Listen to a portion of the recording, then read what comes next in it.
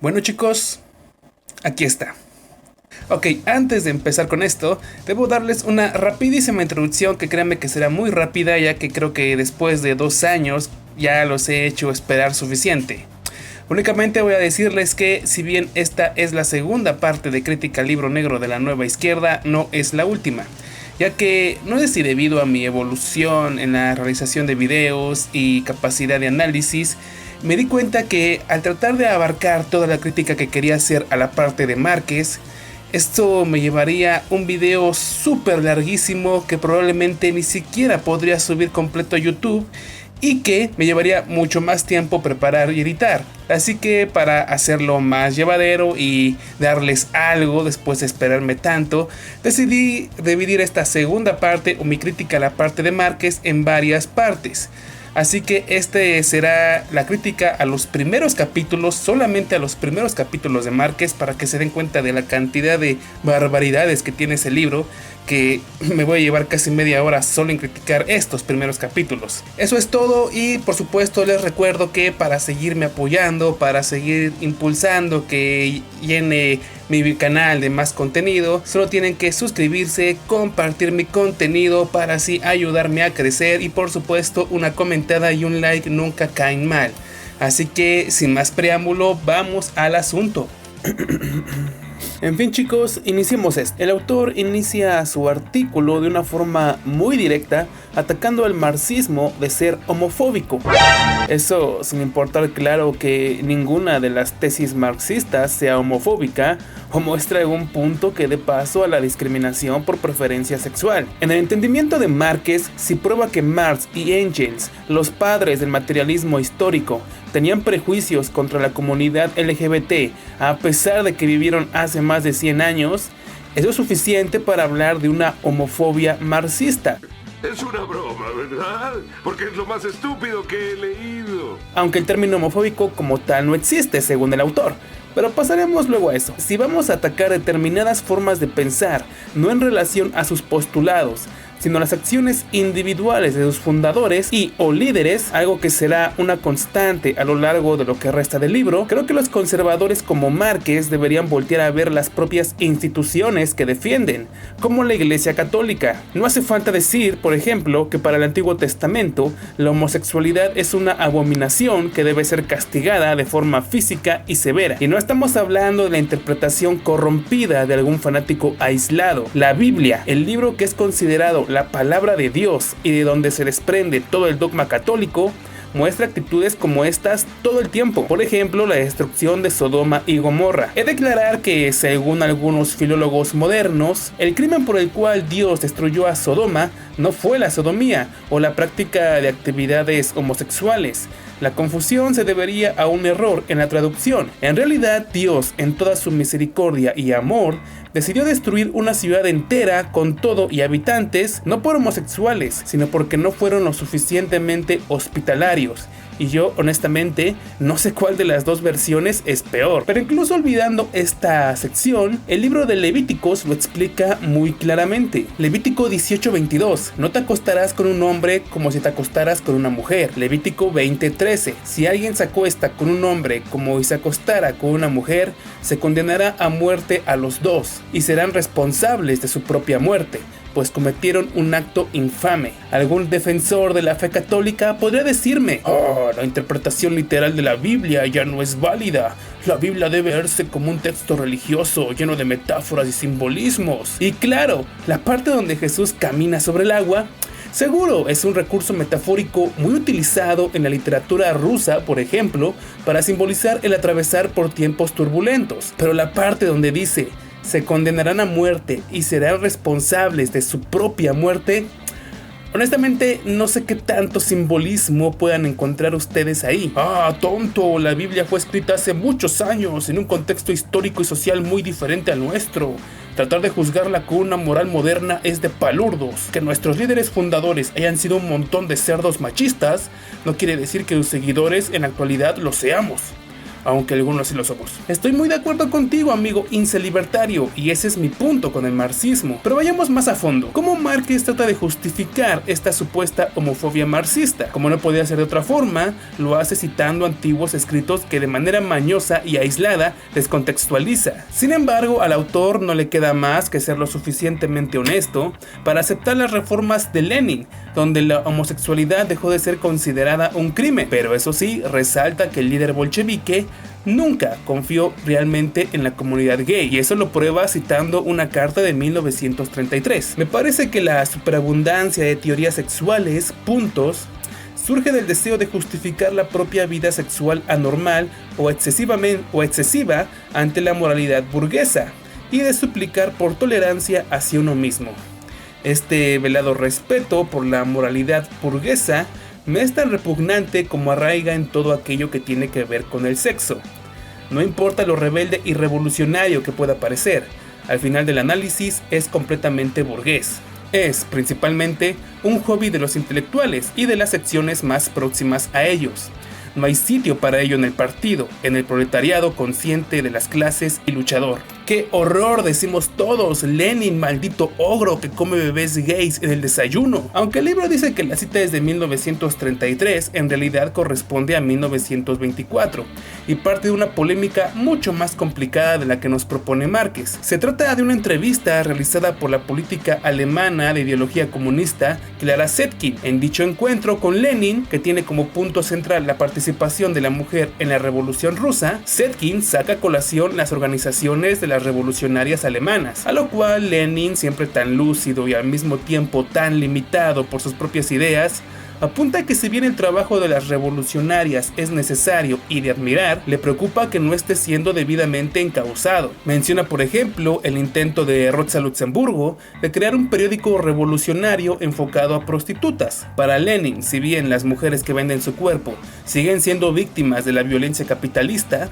es ridículo tratarlas como una facción revolucionaria autónoma. Solo las obreras con conciencia de clase son verdaderos protagonistas en el marxismo. En algún punto se lamenta que el libro más leído entre las mujeres alemanas sea un folleto sexual enfocado a las teorías freudianas que causaban furor en aquel momento por sus propuestas innovadoras y escandalosas, que, según Lenin, solo aparentan ser revolucionarias, ya que se enfrascan en la introspección y el inconsciente, lo cual para el revolucionario ruso solo es una nueva forma de idealismo sustentado en una forma individualista de entender la realidad y que no es compatible con la lucha de masas y materialista impulsada por el marxismo. A eso se refiere cuando habla de teorías sexuales, describiéndolas como un hobby de intelectuales. En ningún momento se hace mención de la homosexualidad, así que no sé de dónde sacó Márquez eso. Después, el autor hace un repaso de la persecución a la comunidad LGBT durante la época stalinista, y no hay mucho que decir aquí. Por supuesto, ni siquiera voy a tratar de defender a Stalin, cabrón hijo de puta. Se hace una pequeña mención de Castro y sus lamentables declaraciones en contra de los homosexuales durante los primeros años posteriores al triunfo de la Revolución Cubana. El propio Castro en vida habló sobre esta cuestión y apuntó a que el machismo y la homofobia que persistió en la isla fue una herencia del colonialismo que costó muchos años erradicar. Porque un machismo fue heredado. Y lo sabemos muy bien cómo se heredó todo eso y fue cultivado en la sociedad capitalista. Es una herencia que nosotros éramos bastante ignorantes. Yo ahora no voy a defenderme de cosas de esas. La parte de responsabilidad que me corresponda la asumo. Ya sea que creamos en las palabras de Castro o no, lo cierto es que las afirmaciones de Márquez de una supuesta homofobia marxista hasta ahora pueden ser consideradas en el mejor de los casos gratuitas, y eso es algo que caracterizará su parte del libro de aquí en adelante. Después de ese rápido repaso a las bases fundacionales de la teoría marxista, damos un salto temporal abismal para ubicarnos ya a mediados del siglo XX, con el nacimiento del movimiento a favor de los derechos de las personas LGBT.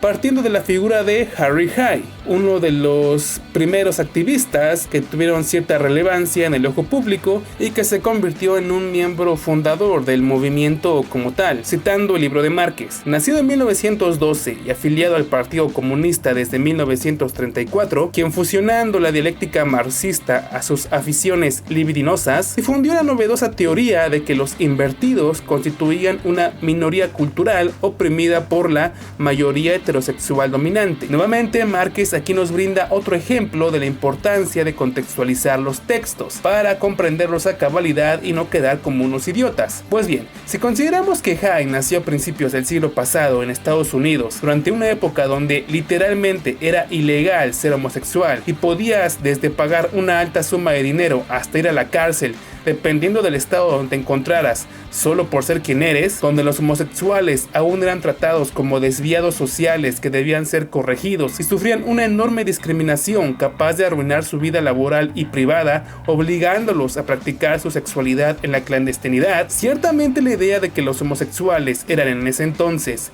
una minoría oprimida no es tan descabellada. Ahora bien, una cultura oprimida, debido a su carácter de ilegal, los homosexuales que se negaron a reprimir sus emociones tuvieron que crear métodos de comunicación y símbolos entre ellos que no fuesen entendidos por la gran mayoría, para así mantener sus actividades en secreto, lo que viene siendo, sí, muy a pesar de Márquez, la primigenia creación de una cultura nacida en la marginalidad.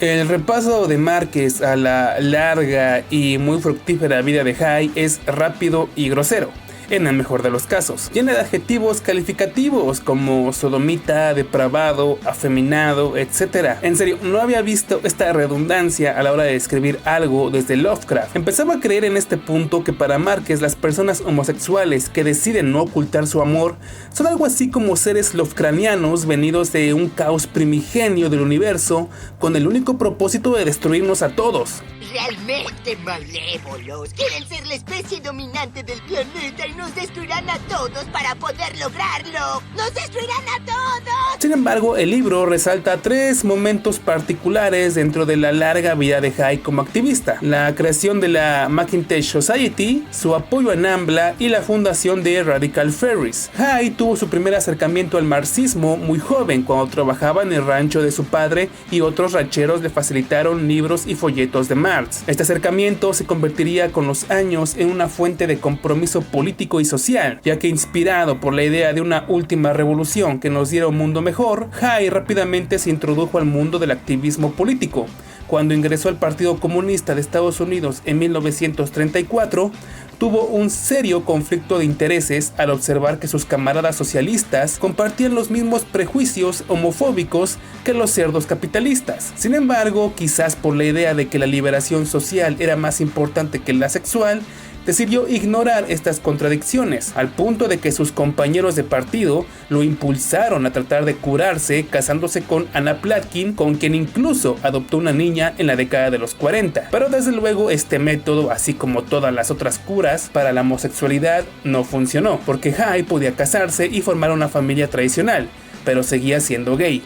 Convencido de que su tendencia sexual era un síntoma de decadencia burguesa, su matrimonio solo provocó que cayera en una serie de infidelidades que lo llevaron al divorcio en 1951. Ese mismo año es expulsado del Partido Comunista cuando regresó abiertamente a sus actividades homosexuales. En esta misma época fue cuando fundó la Macintosh Society, que según Márquez nació bajo la misión de unificar, educar y dirigir a toda la masa de desviados sociales. Y para asegurar eso, usa una cita que ni siquiera es de Hay, sino de un artículo que lo critica. La Mattachine Society, que nació casualmente una noche que Hay bebía unas copas con amigos homosexuales, en realidad surgió como una organización de servicio y bienestar dedicada a la protección y mejora de la minoría andrógina de la sociedad. Fue esta misma organización la responsable de regresar a Hay al activismo, pero esta vez ya no el activismo socialista, sino el activismo gay, y animarlo a finalizar su matrimonio. Sin embargo, es verdad que solo utilizó esto como una forma de combinar un naciente movimiento gay con su lucha socialista, pues no existe prueba de eso. La Mattachine Society nació en realidad como un producto separado del marxismo y enfocado 100% a la comunidad LGBT. Pero incluso si no fuese así, y Hay sí trató de impulsar esta extraña combinación, Lo cierto es que no le salió para nada bien, pues cuando la Mattachine Society comenzó a crecer en número de miembros, se publicó un artículo en un diario de Los Ángeles donde aludían al pasado marxista de Hay. Al temer que su sociedad fuese acusada de comunista y radical, perdiendo a varios miembros de otros espectros políticos, decidió renunciar a su cargo como líder en 1953, y esto nos lleva a otro punto. Rechazado por los comunistas por ser gay y rechazado por los gays por ser comunista, Hay se dio cuenta de que incluso entre los marginales, él era un marginal, y de esta mentalidad nacieron las Radical Fairies, que no eran un movimiento, no eran un partido político, y no sé si siquiera llamarlo organización. Eran algo más cercano a un club literario o grupo de debate, que se reunían de vez en cuando para polemizar sobre ciertos temas la mitad del tiempo y bailar la otra mitad, mientras exploraban nuevas formas de vivir su homosexualidad asumida, especialmente con prácticas de travestismo, y que prontamente terminó sufriendo por problemas internos. Así que Radical Fairies solo era un grupo de personas reunidas en una casa para hablar y bailar, pero aparentemente eso es lo suficientemente importante y trascendental como para que Márquez le dedique un par de páginas como precursores del pensamiento marxista radical conspiranoico, incluso citando un extracto del propio Hay sobre su club. El mundo que heredamos, el mundo de la tradición, enteramente orientado y dominado por heteromachistas, nuestra historia, nuestra filosofía, nuestra psicología, nuestra cultura y las propias formas de comunicación, todo está concebido desde una perspectiva sujeto-objeto. Los hombres y las mujeres son sexual, emocional y espiritualmente unos del otro. Nosotros, hadas, debemos ser esencialmente ajenos a todo eso, porque esos otros con quienes ansiamos ligarnos, relacionarnos, deslizarnos dentro de ellos, fusionarnos, son otros como yo, son sujetos, como yo, Las hadas deben empezar a arrojar la asquerosa piel verde de sapo de la heteroimitación y descubrir al encantador no hombre conscientemente homosexual que brilla debajo de aquella. Para aquellos estudiantes de nivel superior que están en la ardua labor de terminar su tesis, recomiendo ampliamente que lean el libro negro de la Nueva Izquierda para que vean ejemplos claros y contundentes de qué no hacer a la hora de construir su aparato crítico. Vean esos molestos puntos entre comillas que simbolizan básicamente que lo que hizo Márquez ahí fue recortar la cita, es decir, le quitó partes a la cita. Y vean justo en qué lugares es donde decidió editar su cita, haciendo que esta pueda ser fácilmente descontextualizada y pueda ser sacada de lugar. Esos puntos son buenos cuando se utilizan adecuadamente, no cuando se utilizan así. Eso, mis queridos amigos, es simple y llanamente mentir. Márquez dice que la cita es sacada de un libro de Hay, lo cual no es verdad. Es sacado de la cita de otra cita de un libro llamado Defendamos la familia. ¿Por qué debemos oponernos al matrimonio entre personas del mismo sexo y al movimiento homosexual? Muy objetivo el pedo. La cita, por cierto, tampoco proviene de un libro escrito por Hay, sino del discurso que dio en la primera reunión de las hadas radicales, que originalmente solo se celebraría una vez, frente a unas 200 personas. Es decir, se trata de una pequeña declaratoria pensada para ser dicha solo una vez frente a un pequeño grupo de personas, no un manifiesto político de repercusiones globales. Ahora bien, como dije, me parece muy conveniente la forma en que Márquez elimina ciertos pasajes de su cita usando puntos suspensivos, dando pie a que si bien la cita es correcta, cuando lo leemos nosotros no podemos más que quedar un poco desconcertados debido a la jerga que se utiliza, pues no estamos familiarizados con ella. Sin embargo, investigando un poco, supe que en este discurso Hay menciona por primera vez su dicotomía relación sujeto-objeto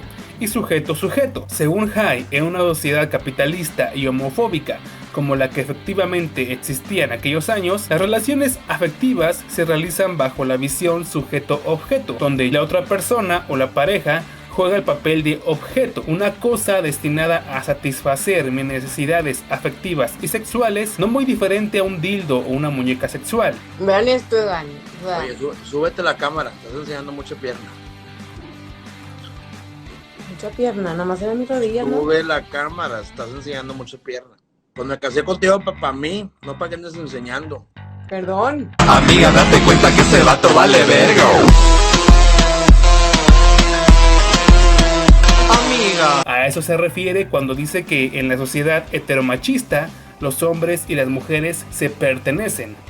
Ante esto se propone una nueva forma de relación, la de sujeto-sujeto, donde yo acepto que el otro es también una persona, llena de miedos, emociones, dudas, deseos, sueños. Cuando dice que los otros son sujetos como yo, no está hablando literalmente que sean iguales y con los mismos gustos y pensamientos, sino que es como yo, pues tiene la misma libertad que yo. La parte final donde habla de quitarse la piel de sapo verde, aquí obviamente está hablando directamente a su público y no a la gente en general. No sean ridículos. Hai aquí les dice a sus hadas: vamos gente, ya dieron el paso más difícil, que fue asumir su homosexualidad, así que ahora hagámoslo divertido. Pero aún así el autor se aferra y nos dice que podríamos decir entonces que, refiriéndose a Hai, que estos fueron los comienzos y primeros intentos de una amalgama visiblemente militante entre marxismo y homosexualismo. O sea, no. Claro que no. ¿En qué puto momento llegó esa conclusión? De hecho, todo lo contrario. La vida de Hai fue una prueba de cómo en aquel momento dicha amalgama de marxismo con militancia LGBT era de hecho imposible e impensable, al punto de que Hai fue expulsado de ambos lados. Solo porque era gay y marxista, Márquez asume que entonces él debe ser el padre de esta amalgama militante marxista gay. Hágame usted el pinche favor. Y ahora pasamos al punto más picante de la situación, el apoyo de Hai a NAMBLA, que Márquez menciona de paso, pero que ha sido repetido entre numerosos círculos conservadores, difusores de la teoría conspirativa del marxismo cultural. El nacimiento de esta alianza gay pedófila, como suele pasar, no nació en las calles o en las protestas, o dentro de los círculos de debate de dichos movimientos, sino en la cabeza espantada de alguna señora religiosa. En este caso, la cantante Anita Bryant, famosa por su campaña de los años 70, Save Our Children, que buscaba prohibir que las personas homosexuales accedieran a un puesto de gobierno. Anita tuvo la visionaria idea de mezclar dos miedos bien enraizados en la psique norteamericana, aludiendo a que las personas gays eran naturalmente más propensos a ser pedófilos y por tanto ambas tendencias eran aliadas naturales. El incipiente movimiento gay de aquellos años recibió sorprendido el ataque y quedó perplejo al ver cómo se iba popularizando, por lo que su respuesta fue algo torpe y lenta. Si bien entre los círculos de debate gay el tema del límite de consentimiento había salido de vez en cuando, era considerado secundario y de poca relevancia, al tiempo que efectivamente existían algunos activistas gay, como el propio Hai, que mostraron simpatía por una despenalización de la pederastía, pero siempre fueron voces aisladas que hablaban de un tema marginal. El 2 de diciembre de 1978, luego de que un periódico de liberación sexual fuese allanado por las autoridades canadienses, antes de publicar un artículo en contra de la edad de consentimiento, un grupo de 150 personas dieron una conferencia sobre el tema, entre ellos algunos activistas gays que veían en esta causa otra ramificación a la búsqueda de la libertad sexual. El tiempo les mostraría su error, pero lo que hicieron, lo hicieron. Poco después, un grupo de 30 personas, entre ellas adultos y adolescentes, forman NAMBLA, la Asociación Norteamericana de Amor Hombres-Niños. Pero si bien todo parecía indicar que efectivamente se estaba forjando una unión entre activistas gays y pederastas, esta nunca maduraría, jamás llegaría a niveles de importancia y rápidamente sería rechazada por las facciones lésbicas feministas, que ya en ese entonces daban severas críticas contra la industria pornográfica y veían en los objetivos de NAMBLA otra forma para que esa industria capitalista diversificara su explotación sexual, ahora con la pornografía infantil. La situación explotó en 1979, cuando la comisión encargada de organizar la histórica marcha del orgullo gay en Washington tuvo que lidiar con una división interna, pues una agrupación de jóvenes gay dieron la propuesta de que entre las demandas se incluyeran revisar la edad de consentimiento. Sin embargo, rápidamente los grupos lésbicos lésbicos amenazaron con separarse y organizar su propia marcha si ello ocurría. En marzo de 1979, las lesbianas de la Coalición por los Derechos de las Lesbianas y Gays de Nueva York presentaron con éxito una moción que etiquetaba la cuestión de la edad de consentimiento como divisiva. Lesbian Feminist Liberation emitió un comunicado de prensa acusando a los llamados amantes de los hombres niños de intentar legitimar el sexo entre niños y adultos al confundir las necesidades reales de los jóvenes homosexuales con un llamado a revocar todas las leyes de consentimiento de todas las edades. Las feministas reconocen fácilmente esto como el último intento de hacer aceptable la explotación sexual de los niños. En las propias palabras de estas mujeres, no marcharemos pasivamente junto a pancartas o letreros de pederastas, ni nos pararemos en silencio y escucharemos discursos de pederastas en ninguna marcha o manifestación. La liberación feminista lesbiana no apoyará a los pederastas dentro de los movimientos de lesbianas y gays, ni en ningún otro lugar. ¿Vieron eso? Eso es ser bárbaro.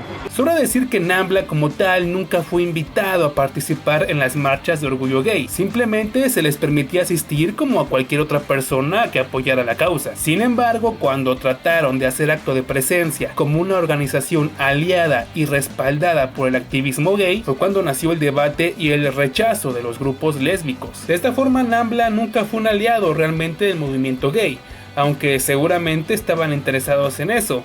Pero los propios activistas gays recibieron con indiferencia estos intentos en un primer momento. Los miembros de NAMBLA solo eran unos asistentes casuales a las marchas y poco más. Durante la década de los 80s, el repudio que los grupos lésbicos habían mostrado hacia NAMBLA comenzó a expandirse a todo el movimiento, y ya para los años 90 era prácticamente unánime. Así que sí, en 1981, David Thorstein, miembro fundador de NAMBLA, fue invitado como maestro de ceremonias en un festival gay, pero dicha invitación fue retirada por las presiones de las lesbianas. Sí, es verdad que en 1984 Jai marchó en una protesta en Los Ángeles, portando un cartel que decía NAMBLA camina conmigo, pero eso sucedió luego de que los organizadores prohibieran definitivamente la participación de NAMBLA en